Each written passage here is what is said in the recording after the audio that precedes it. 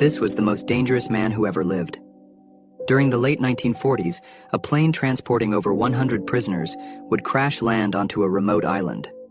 Sadly, only around 30 of them survived, including one man named Grant Heft Otto. At the time, he was in custody for stealing and selling cars for high profit.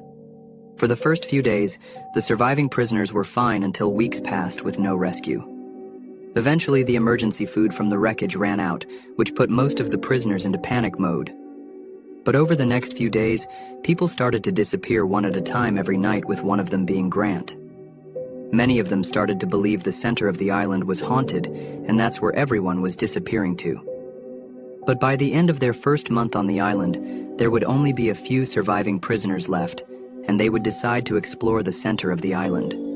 After a short period of time, they came across a small cabin in the distance, and when they got closer, they instantly became sick at what they saw. But before they could even react, a man came busting out the door and started to chase them. When they got back to the beach area, they realized one of them didn't make it back. After discussing for a bit, they realized that the strange man in the cabin was a fellow prisoner.